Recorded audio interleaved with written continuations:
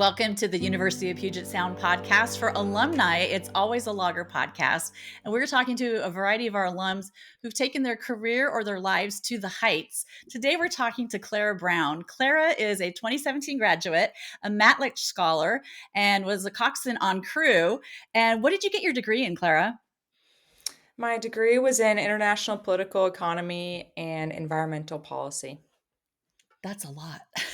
It's a lot of words. Yeah, it was a lot of work too, I'm sure. That too, Yeah. definitely. Well, But Clara has a champion mindset. She has gone on to be an extraordinary athlete, a Paralympian, a world champion, and an Olympic medalist in cycling. Can you share some of the awards and honors that you've earned over the years in cycling?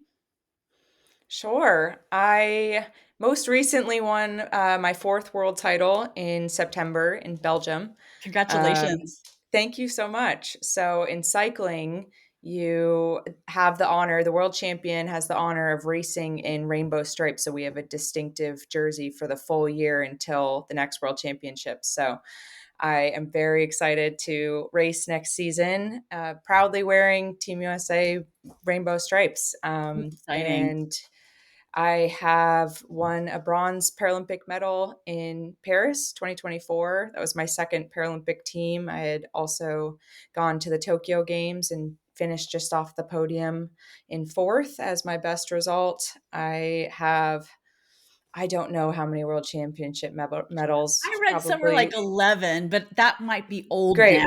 with that. somewhere in that. Somewhere Um, north of 10.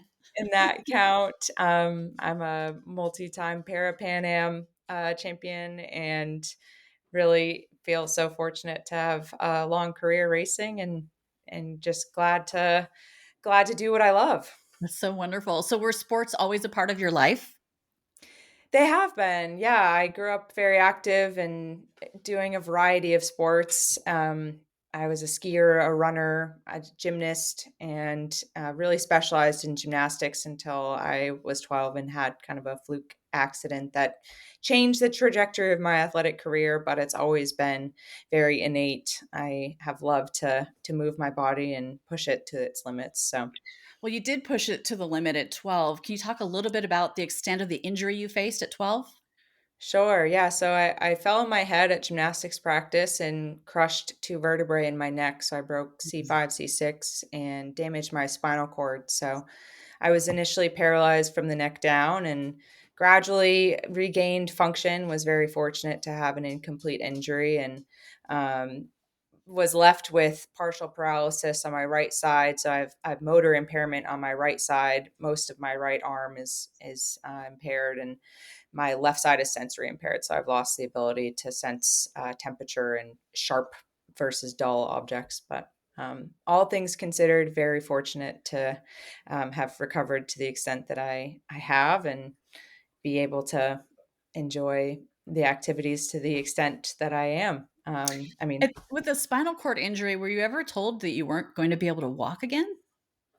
yeah, that was actually said to me in the ambulance as I was being loaded up to head to the hospital when I was first hurt, which my mom was very distraught hearing in the emergency room when I passed that along. But Mm. um, beyond that, there was always just some level of curiosity and hope with every spinal cord injury. It's just a vastly different outcome. It's hard to really predict. And so much of it is luck. I mean, I certainly worked very hard to strengthen what was returning, but there's also just an unknown element. And again, yeah, I was just very That must have fortunate. taken some serious grit. I can't even imagine fighting back for that. The Yeah, intent. it was definitely challenging. In some ways, it was beneficial being so young. I was a bit naive and just not really understanding the scope of Mm. what I was working with. And so I had this kind of ignorance is bliss mentality, and my parents were very protective of kind of the level of information that was shared with me directly. And I always had the sense that I would return to sport and the things I loved and was yeah, very a very powerful mindset to have without without knowing, um, Unbelievable. yeah, Mhm. where it could be. So So I understand you got into crew then as you got older. yes, yeah. So I found it in high school. I had several years of rehabilitation from the spinal cord injury and some compounding injuries, and really needed a competitive outlet. And my mom was a rower in college, so she Okay. sought out a rowing team in high school. I didn't have one through my public school, but was grateful to be able to join a nearby team and fell in love with being on the water and being a part of a team sport again. And that was definitely something I looked for in college when I was looking at places to go to school. So was really glad that Puget Sound had a team as well. Now let me get this right. You grew up in Maine, I did, yes. I and grew then up you just chose outside to of go to Portland. college in Washington State. There has to be a story. What Yeah, brought I you to mean, Puget Sound? there are a lot of parallels between the two areas, but Yeah. mostly I have to attribute it to my brother. He had done a PNW college tour several years before me, came back and raved about Puget Sound. That was by Oh, far nice. his favorite. And then we had an admissions counselor visiting high school, and it happened to be during a class I didn't really want to be at anyway. And so I took the opportunity to chat with her, and we really connected. And then I applied and was selected to be a part of the Matlich process, and really fell in love once I went out and visited and really felt like home. So I'm glad I ended up there. That's about as far away from home as you could get in the US, isn't it? Yeah, I mean, yeah, I think there was also an element of kind of being known as the girl who broke her neck and had this pretty Oh, dramatic high school experience, and everybody kind of knew who I was, and I just wanted to get out and explore and see what else was out there and be a little bit sure. more anonymous. So, Create your own identity, right? yeah, Yeah. definitely, and I Well, think congrats that's on the such a big Matlich. part. That is an outstanding honor, so congratulations. So tell Thank me about you. your experience at Puget Sound. What was that like for you? Yeah, I mean, it was overall incredibly it changed my life. I mean, I think it is such a unique place in a sense that it feels like you have the freedom to kind of dream. There's no set path that any student takes, and I really benefited from that flexibility. I lived in Schiff, which Okay. is a residence hall where we did a advisor class as part of our floor. So we just became very close, and actually had a wedding a few years ago from two of the freshman year Oh, that's so fun. roommate, or they weren't roommates but floor mates, and we all stayed close, and then throughout the next 3 years lived together in some kind of accommodation, and really felt like I found my people there, Mm, and spent also quite a bit of time off campus. I spent all of my junior year off campus and okay. loved the ability to have experiential learning as part of Yeah. my curriculum, and really felt like I got the most out of my experience. I did a few seasons of crew before finding the bike, and then that ultimately took over. And I loved exploring Tacoma by bike, and Mhm. that was also a big element in my experience that I adored. How did Puget Sound connect you to cycling? I wanna hear this story. Yeah, so I was on the rowing team, and one of my rowers worked at a bike shop, Oh, and I was telling him a bit about my disability and how intimidated I was to ride, but I'd always been curious.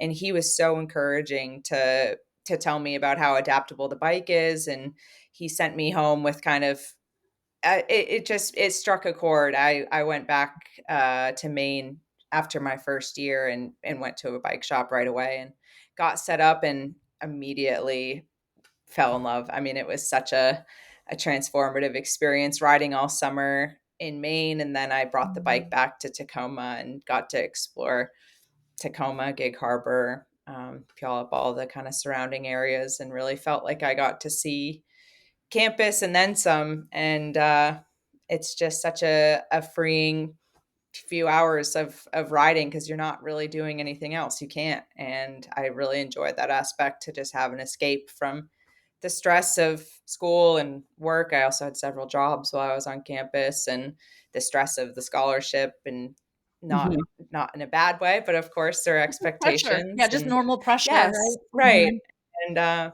yeah, so that was really a big outlet for me. And then I did a semester studying geology called Southwest semester and was able to bring my bike on that course. So that was another kind of great outlet. It was a small group of students, and we definitely had our small group dynamics, and for good and bad. But it was Yeah. my way to kind of get out every day and explore wherever we were. We were staying mostly in national parks in the desert Southwest, so beautiful riding, and yeah, it was such a life changing kind of meet with this other student who taught me about bikes, and here I am. It's Yeah, who could really have predicted where it was would take you? This is really a right. great story. So when did you actually start racing and competing? That was my very first bike race was 2018. So I post grad took a job leading bike vacations. So I brought people all over the world on week long bike trips.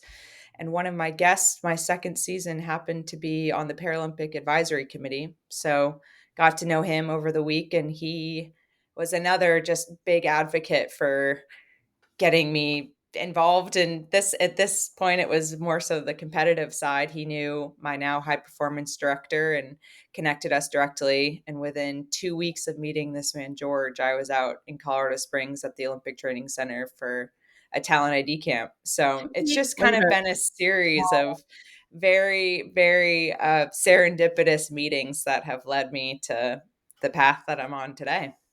There's 2 things I wanna lean into that you addressed. One is stress management. I think that's a really important topic, not just for the students of Puget Sound who might be listening and watching, but alums who are in careers and knee deep or raising families and having careers. What are your recommendations, and why has cycling been such a good outlet? You must have some insight for how to best manage stress for people. Well, I think there's definitely been research to prove that physical activity alleviates stress and enables people to focus better. And if you're able to learn while doing something physical, you retain the knowledge better. So Mhm. I think just in general, physical activity and movement is medicine. But Mhm. as far as stress management, it's always been my outlet. If I'm overwhelmed, I just want to go move. And everybody's different. There are, people who would want to sit and meditate or, do Mhm. some other de-stress that works for them. But for me, it's always been physical activity. And I'm just really grateful to be able to push my body to its limits. Well, you kind of remind us not to have excuses because if anyone had an excuse, you'd be like, "Yeah, I had a spinal cord injury." That's a pretty decent excuse to say I'm not gonna exercise today. So, for all of us watching and listening, we may want to rethink that using excuses to not move our bodies anymore. You started in 2018 then with racing, and you went to your first race, and how did that go for you? Yeah, sorry. I guess I didn't quite finish the full story. So I had gone out to the talent ID camp. This was June of 2018. And there was just kind of an open-ended, like they acknowledged I had some potential, but there really wasn't, any results or anything to prove where I kind of stacked up amongst my field. So they had said, you could fund yourself to get to the last World Cup of the season, which would be in August, see how you do. And I ended up on the podium my first race. So that was a promising sign that I had potential. And then I swept national championships a few months later on the track, which was a different discipline, and was What does then that mean? What's on the track? What's that? the velodrome. So it's a different Okay. discipline of cycling. No brakes, no gears. You're on a fixed gear bike. A lot shorter, higher intensity racing sprints. Typically, I mean, there are some endurance events, but for general purposes, shorter duration. And it's on an indoor cycling track at a velodrome. So it's Okay. 250 meters banked. It's very spectator Intense. friendly. It's probably the most compelling bike racing to watch as a spectator. People may argue differently, but just being able to see the whole race unfold in front of you is really exciting as a spectator. As an athlete, intimidating. I had never seen a velodrome before being out in the Springs. But I obviously took to it and did pretty well. So, took that and moved into the training center in Colorado Springs to specialize in the track. So I was a resident athlete there 2019 to 2020, leading up to the Tokyo Games. And you've been doing it ever since. It's pretty much full-time work at this point. Right, yeah, that's my full-time gig. Mhm. I made the national team in 2019 and, had qualified for the Tokyo Games with my performance at Track World Championships in 2020, which was when I won my first world title, and then, of course, with the postponement, there was a little bit of a change in the, uh, timeline, but was Mhm. able to then go compete once we had the games in 2021. That's tricky on an athlete. I imagine the way your training is set up is so you peak at the actual event, and then when the time of the event gets moved, how do you manage that mentally, emotionally, and physically?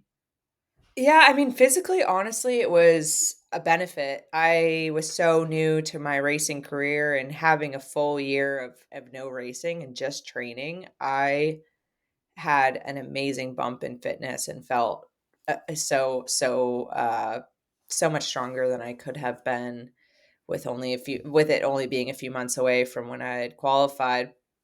Mentally, emotionally, it was definitely it was a challenging game, but the thing is everybody was in the same boat, and I had made so many strong connections to other athletes while living at the training center. I felt like I had a really good support system, and, with the world kind of it ca COVID was hard on so many people, and it felt Mm. like as an athlete with the postponement of the games, that was a pretty small worry. I felt like I was really able to kind of keep it in perspective of how fortunate I was and lucky to have my health and be able to ride a bike every day outside as my job, that I just was able to kind of pick myself up and compete a year later. It really wasn't Mm. um, all that challenging looking at the broader picture, and I it don't was know. just I'm such listening a to you, stretch. Claire, and I'm seeing where your champion mindset comes in because a lot of us, it doesn't take much to knock us over, right? Mentally, just like a little bump about something in our lives and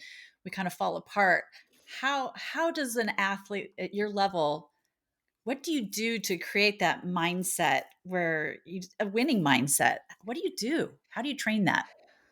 Well, I think there's certainly confidence and repetition, right? Mhm. I ride a bike for anywhere from 15 to 25 hours a week, so I do it a Mhm. lot. I Okay. know how to push myself. And then I've worked with a sports psychologist on just managing the race day anxiety because that's been probably the biggest challenge. I didn't have this long rise to the top. I had pretty quick success. And so I was pretty intimidated, feeling Mhm. like I had a lot of pressure on myself, proving myself early and then having to maintain that status. Yep. And one of the biggest kind of pieces of advice or guidance that I got from my sports psych was the highlight reel. So every time I'm in the start queue or waiting on a start line and just having that anxiety of what's to come, I go through all the success moments I've had. So like best case scenario and just little snippets of a section of a course when I felt so strong or when I attacked and really made the other girls in my field suffer, and just remembering those moments and hyping myself up and demonstrating that I do have it in me. It's not anything to be afraid of. So that's been Can a people big. who are listening and watching this show, because we're doing it in video and audio formats for those who are consuming this podcast, is that the what did you call it? The The highlight reel. highlight reel. I love that. Is that something that Yeah. you recommend anyone who's going through different challenges in life or facing anxiety use? Yeah, I mean, I'm definitely not a licensed psychologist, I'll say that, I but understand, it's but you worked have for your life me. I experience. Yeah. Yeah, I have other pressures outside of cycling that again I face, moments of anxiety and fear, and reminding myself that I do have, plenty of evidence to back up that I'm capable and should be confident has definitely helped. So I've had, a lot of firsthand experience with that and feeling glad. And that's one of many tools. I think that's another thing to remember is, that's one of many strategies that I've been able to try to utilize and work that works well for me, but I'm other using that. I'm things. stealing it. I'm stealing it. Great. Happy to That's leave that really with good, the you. highlight reel. How do you stay motivated? You're doing the same work and it's really competitive, and it's such high Yeah. pressure. How do you keep your motivation? I think for me it's so personally tied to having the feeling that I get to do this, the Mm. privilege of being able to push my body this way. I just remember, the several years of grinding and feeling like my body was kind of trapped, like I was trapped within this body that it wasn't performing the way I wanted it to or working the way I wanted it to, and it still doesn't. But I am so grateful for what I do have and having that mentality of like I get to do this. There are, plenty of other, possible scenarios that could have played out where I wouldn't get to do this or I would get to do this and it would look differently. And I just want to be very, very grateful for what I do have. And then secondarily, and maybe it not in this order, but I have had so many people support me, and I just want to make them proud because Mm. it doesn't. This career is not, even though I'm, riding a bike solo for the most part in training, it takes so many people to set me up for success, and I just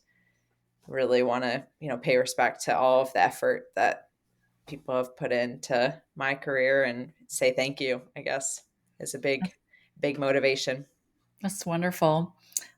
I could ask you so many questions. I guess we should find out what's next for you. What else are you Yeah. what do you want to accomplish in your life? You've done so much so far. Well, I did mention next season I'll be racing in stripes, so Wow. I really, really just want to soak that in. Mhm. It's such an honor, and I am looking forward to a full World Cup calendar on the road with Team USA. I have a few really exciting events off road. I also race gravel, which is a different discipline in cycling. I'm going to do a stage race in Morocco in February that I'm very excited about. And then long term, I don't know if I'm going to try to go for the LA 2028 games or not. I'm very much taking it year by year, but I am very excited to be pursuing a career in aviation. So I've been flying and working on my ratings as a pilot, and just absolutely loving that too. So Where are you at in that journey? That's exciting. yeah, I'm just a few hours shy of my commercial license, which is a very big milestone. And from there, I have several more ratings. I'll go for my multi-engine, which allows me to fly to engine airplane, and build time from there and see where the career goes. What's I'm the really big dream? What would be fun for you in aviation?